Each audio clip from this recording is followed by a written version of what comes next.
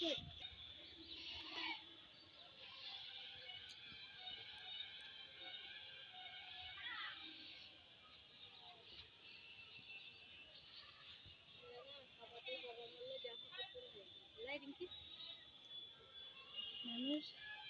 মানুষ কি না করে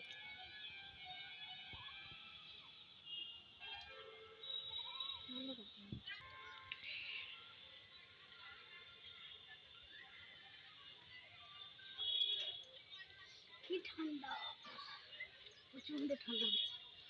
আসসালামু আলাইকুম বন্ধুরা, welcome back to my channel Azmira রান্নাঘর।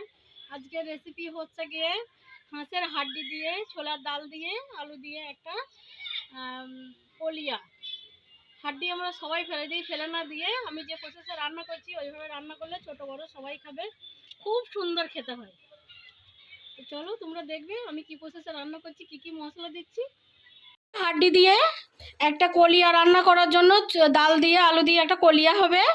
তো সেই কলিয়াটা রান্না করার জন্য প্রথমেই আমি কড়াইটা চাপিয়ে দিয়েছি, গ্যাসের ফ্লেমটা এবার অন করে দেবো।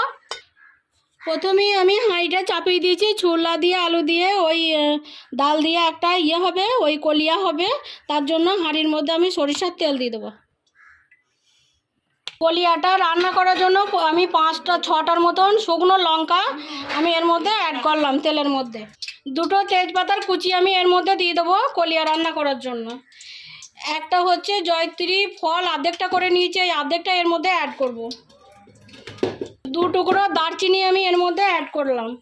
2টো এলাচ, গোটা এলাচ আমি আস্ত এর মধ্যে অ্যাড করলাম। 4টো লং আমি এর মধ্যে কলিয়াটা রান্না করার জন্য এর মধ্যে অ্যাড করে দিলাম। আর ডালটা 2টো আলাদা করে আমি বয়েল করে নিয়েছি।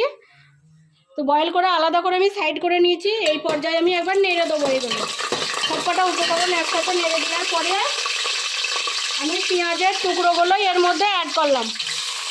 এটাকে কষিয়ে নেওয়ার জন্য আমি 2 চামচের মতন এর মধ্যে লবণ অ্যাড করব।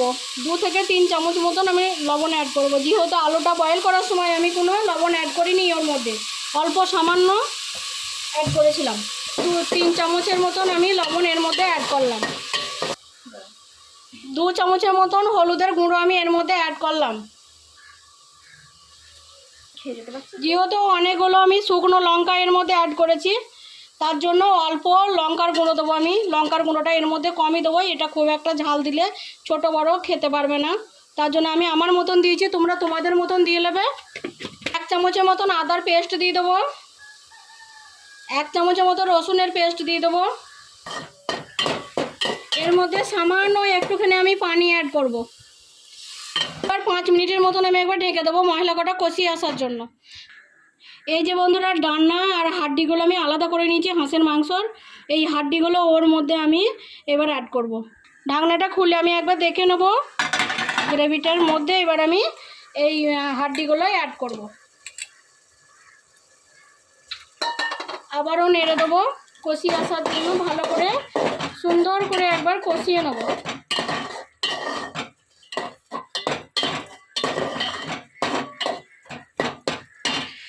মিনিটের জন্য আমি একবার ঢেকে দিলাম। এটা খুলে আমি একবার দেখে নেব। আমার 10 মিনিট হয়ে গেছে।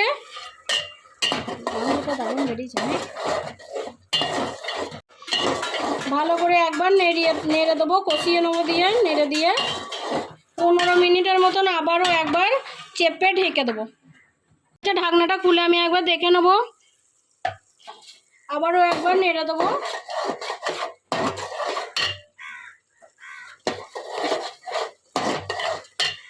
এই পর্যায়ে আমি 1 চামচের মতন আমি গোলমরিচের গুঁড়ো দিয়ে দেবো। রান্নাতে দেওয়ার জন্য আমি একটা ভাজা মশলা তৈরি করেছিলাম, সেই মশলাটা আমি এর মধ্যে অ্যাড করে দিলাম। এই মশলাটা খুবই অল্প দিতে হয়, ফ্লেভারটা আরও সুন্দর হয়, দিলে টেস্টটা দ্বিগুণ বাড়িয়ে দেয়। এই মশলাটা এর মধ্যে 1 চামচের মতন আমি জিরের গুঁড়ো অ্যাড করব, এটা ভাজা জিরের গুঁড়ো। 1 চামচের মতন আমি ধনিয়ার গুঁড়ো দিয়ে দেবো। এই পর্যায়ে আমি অল্প করে টমেটোর কুচি করে নিয়েছিলাম, একটা টমেটো। তো টমেটোর কুচিগুলো আমি এর মধ্যে অ্যাড করে দেবো। এই যে বন্ধুরা, আগে থেকে ডালটা আমি সেদ্ধ করে নিয়েছিলাম। এই যে ছোলার ডাল, এটা আগে থেকে বয়েল করে নিয়ে আলুটা আমি গলিয়ে রেখে দিয়েছিলাম। এই যে এবার আমি আলুর মানে বয়েল করে নিয়ে আলুটা আমি এর মধ্যে অ্যাড করব। বিসমিল্লাহ আল্লাহ, আমি গ্রেভির মধ্যে অ্যাড করে দিলাম বয়েল করে নিয়ে আলুর গোটা। আবারও একবার এই পর্যায়ে আমি কাশ্মীরি লাল লঙ্কার গুঁড়ো দিয়ে দেবো 1 থেকে 1.5 চামচের মতন। এবার একবার ভালো করে নেড়ে দেবো। নেড়ে দেওয়ার পরে আগে থেকে যে বয়েল করে ডালগুলো রেখে দিয়েছিলাম, এই যে বন্ধুরা ছোলার ডাল, এটা আমি দিয়ে দেবো, এর মধ্যে অ্যাড করে দেবো। বিসমিল্লাহ আল্লাহ। এই কলিয়াটা খেতে খুব সুন্দর হয়, একবার হলেও তোমরা বাড়িতে ট্রাই করবে, তোমাদের ভালো লাগবে।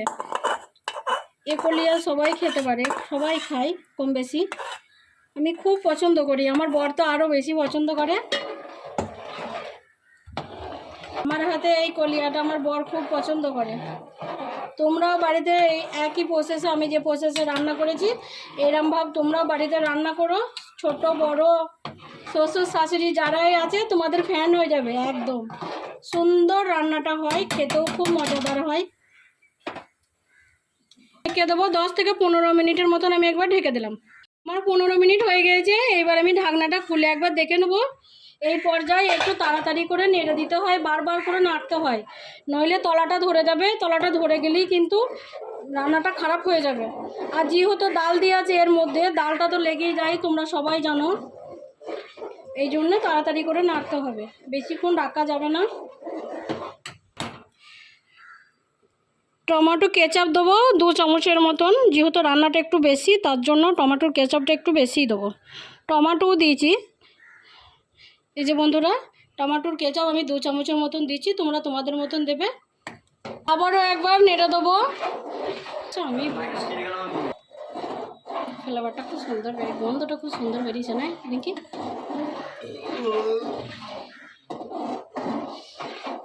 এরকম ভাব বারে নেড়ে দেবো।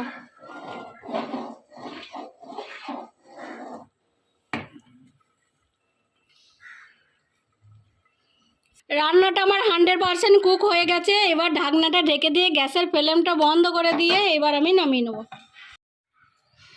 এই যে বন্ধুরা ছোলা আলু ডালের একটা কলিয়া, হাঁসের হাড্ডিগুলো ফেলার দরকার নাই, হাঁসের হাড্ডিগুলো এরকম একটা কলিয়া তোমরাও বাড়িতে বানাতে পারো, খুব সুন্দর হয়, খেতেও খুব টেস্টি হয়। আমি যে প্রসেসে রান্না করেছি একবার হলেও তোমরা বাড়িতে ট্রাই করো, তোমাদের খুব ভালো লাগবে কিন্তু। এই যে বন্ধুরা অনেকেই হাঁসের হাড্ডিগুলো ফেলে দেয়, তো হাঁসের হাড্ডিগুলো ফেলে না দিয়ে এরকম একটা কলিয়া বানিয়ে নিতে পারো, খুব খেতে সুন্দর হয়, টেস্টি হয়।